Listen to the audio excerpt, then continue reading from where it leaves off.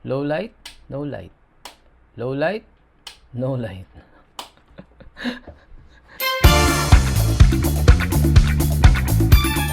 At muli na naman ako nagbabalik sa inyong mga talapitan. Welcome back to another video. Sir Ulo po ang inyong abang lingkod. And if this is your first time to be here, welcome na welcome ka. And in today's video, wala muna tayong vlog.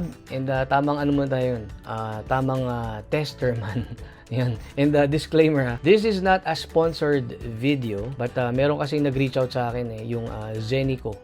Company name is Zenico, and they wanted me to try out yung bago nilang product, which is the ZN Lite. ZN Lite, and this is sasabihin ko dapat made for DJI Osmo Nano. Hindi naman siya specifically para sa Osmo Nano. Suitable siya, yun yung nakalagay. Suitable for the DJI Osmo Nano. Sinabi ko naman sa kanila, sabi ko wala akong Osmo Nano.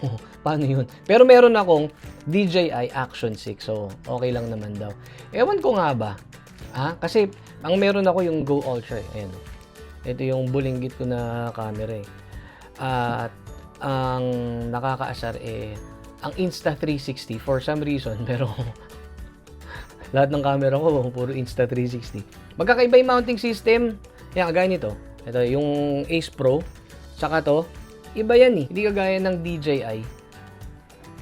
Universal yung mounting system from Action 4, 5, 6. Tapos yung Osmo Nano, yung Osmo 360. Pare-pareho ng mounting system. Hoy, Insta360. Ano ba? Yun. Anyway, so what is inside the box? Ito yun. Siyempre, na-unbox ko na siya. Pinaglalaro ko na siya for the past couple of days. Ayan, yan siya. The ZN Lite, mga kapatid, mga kaibigan. Ayan. The ZN Lite. So, ito yung nasa loob ng box and a charging cable and manual. So, pretty straightforward. So, ito nga, ang kagandahan. So, sabi ko nga, wala akong Osmo Nano. And then, tinry ko siya dito. So, pasok yung mounting system niya. Itong quick release mount niya. And, ang maganda, magnetic din siya. So, magnetic quick release mount. And ito, tong likod na to, it's also a magnet. Ayan, kagaya niya. Oh, ha? Yan. So, ayan itsura niya. Ganyan. Pagka nakakabit siya. So, it's very, very compact. Kasing liit lang halos nitong... So, imagine mo kung ito yung Osmo Nano. Andito yun sa ilalim siguro. Ayan. Or sa ibabaw probably. I don't know. Wala nga akong Nano eh. Meron ako Unano. Maliit siya. Tapos... Talagang mukhang pinag-isipan talaga yung design niya.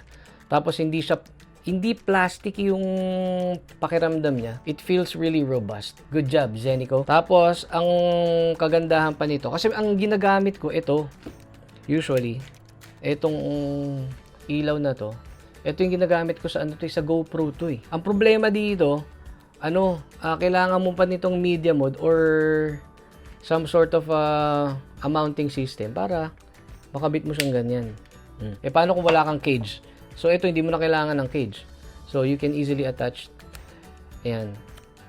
it to a DJI camera. Tapos, ang kagandahan pa, kasi nga, pwede rin siyang ikabit sa ibang mount, kagaya nito. Ayan. Tripod siya, na merong quick release mount for DJI. So, meron ka ng key light. Di ba? Okay, let's turn it on. Ayan, gamitin natin siya as key light. Yun, no? Patayin natin yung main light ko. Yun. Ayan na itsura niya. So, using the ZN Lite as my key light. At ang maganda dyan, pwede rin siyang fill light. Lagay mo sa side mo. Or pwede rin siyang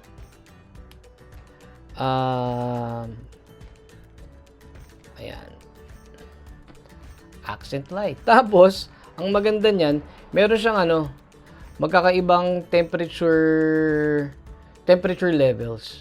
Kasi yung sa GoPro, ang nakokontrol mo lang dun yung yung intensity nung brightness. Napalitan natin. Okay. So, meron siyang 3200, 4400, 50, hindi 55, 5600 tsaka 6500 Kelvin. Ayan, so ayun ang itsura niya. If you are using the ZN Lite in a low light situation. So, what do I think and what do I like about this product? Unang-una is yung ano nga niya. Teka, buksan muna natin ilaw natin. Dilim eh. Yan. Ang nagustuhan ko sa kanya, ang gusto ko sa kanya is yung portability. 'Di ba? Imbis na magdadala ka ng ilaw, kung nasan ka man, 'di ba? Kaya liit lang niya, no? Compared sa mukha ko. Yung portability niya, tapos yung iba-ibang ano niya, levels ng ano ng temperature. Tsaka battery pala, yung battery life. Battery life is according sa manual, full charge and then kung gagamitin mo siya at 100% brightness, 2 hours. And then ang charging time niya is 2 hours and 15 minutes for a full charge. Okay, so final verdict on the Zeniko ZN Lite, to keep or not to keep? Of course, I'll be keeping this. Sa akin na to. Pero what I really like about the ZN Lite is yung portability and yung mounting system. Kasi nga, magnetic siya. Quick release and magnetic.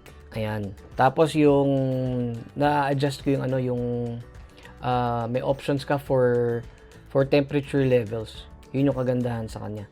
And then, yung build quality, of course. The build quality, it's really robust. Mukha siyang pinag-isipan at hindi tinipid. And it's really, really practical to have something like this. Yan, yung ganito ka-compact, maliit siya.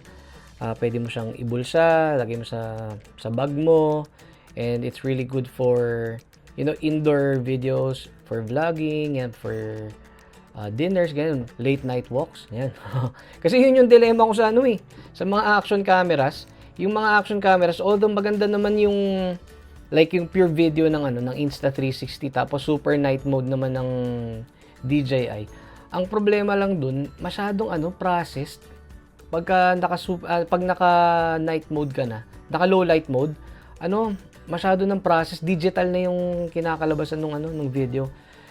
So, kung meron kang ganitong klase ng ilaw, if you have this ZN Lite, you can use the full potential of your action camera, even indoors. Yun nga lang, right now, it's only available for DJI users. Meron lang ako isang request from Zeniko na if you can come out with a version na na universal mount na would also be compatible with the Insta360 products. Well, that's about it for Zeniko's ZN Lite. Thank you so much for tuning in, and thank you Zeniko for sending me a very, very nice, ano ba tawag sa kanya? Light?